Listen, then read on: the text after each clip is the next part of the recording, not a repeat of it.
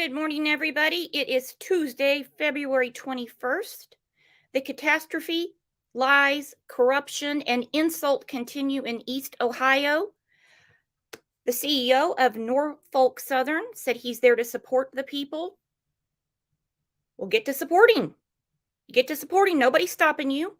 This has been going on since February 3rd. Also, more residents are coming out with more illnesses and more ailments. This is not going away anytime soon, guys, and we're going to continue to talk about it. Please look at this clip with me and let me know what you think. Please, please, please leave me a comment. Point is on the environmental remediation, helping this community recover through our presence and our financial contributions. This is not an issue about time or money. We're going to stay as long as it takes. That's the CEO of Norfolk Southern. Obviously, there's a lot of people in East Palestine, Ohio, who are not exactly, reassured by his assurances to the people of East Palestine, whether or not Norfolk Southern will actually stay and will actually spend the money. 17 days after a plume of vinyl chloride covered the sky, things in that city and across Ohio in the Ohio River Valley are getting worse, not better. The Ohio EPA is closing parts of the connecting rivers to keep contaminants from spreading. People living in the area say the health effects of what they've gone through just keep getting worse. My eyes feel like they're going to fall out of my head. They're bulging out of my head. I have constant, not running nose. Every time I blow my nose about every 8 to 10 minutes, and I blow blood out of my nose. And it's not just the air. Our Rich McHugh examined the waters in nearby rivers. So a couple of miles outside of town, this is Leslie Run. I'd heard this is happening. I didn't quite believe it, but watch this. So when you stick this stick in the water, all the chemicals come to the surface in like rainbows. It's quite alarming. Another woman shared this picture with us, shows two different rashes on her body, on her chin and chest. Dave Yost is here, Attorney General of Ohio. Good to see you, sir. We appreciate you taking the time. Do we have any idea about how bad this thing is going to actually get over the next 2 weeks, 4 weeks, 6 weeks? Or 2 years, 4 years? The answer is that the state government, the federal government are monitoring this and watching it. But we're not really going to know the downstream impacts of this for a while, I suspect.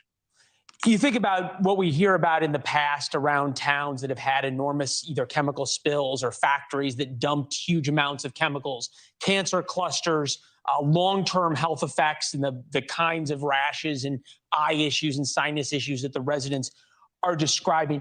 Can you blame them for feeling really skeptical of the Ohio EPA, the federal EPA, and Norfolk Southern, which seems to almost all be banded together in this idea of everything's fine, just trust us?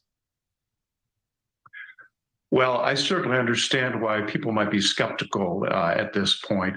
That's not to say that I agree that the skepticism is justified of the scientists that are working on this at the EPA. I think they're giving the best information they have. The problem is what we don't know. The problem is the data we don't have.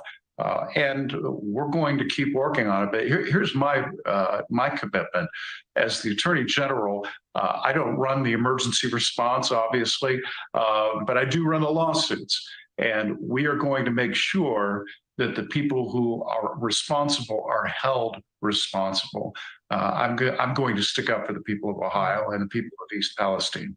Well, they certainly seem to need it, at least based on how they've been treated by Norfolk Southern over the past couple of weeks. At the same time, can you ever make anybody whole in that?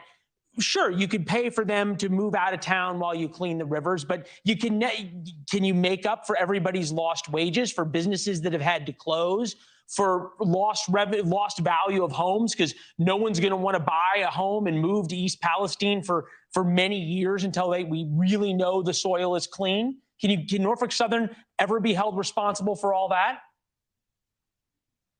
Well, we're in the very early days of this investigation. And so the answer is that, in part, it remains to be seen. but I'm committed to make sure that they are held accountable. And in fact, while you can't unring the bell, we can't make it as though this nightmare has never happened.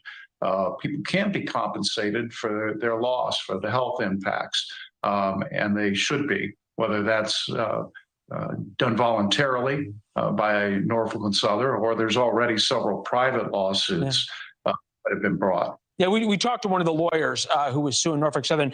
Thanks for watching. Go to newsnationnow.com to find News Nation on your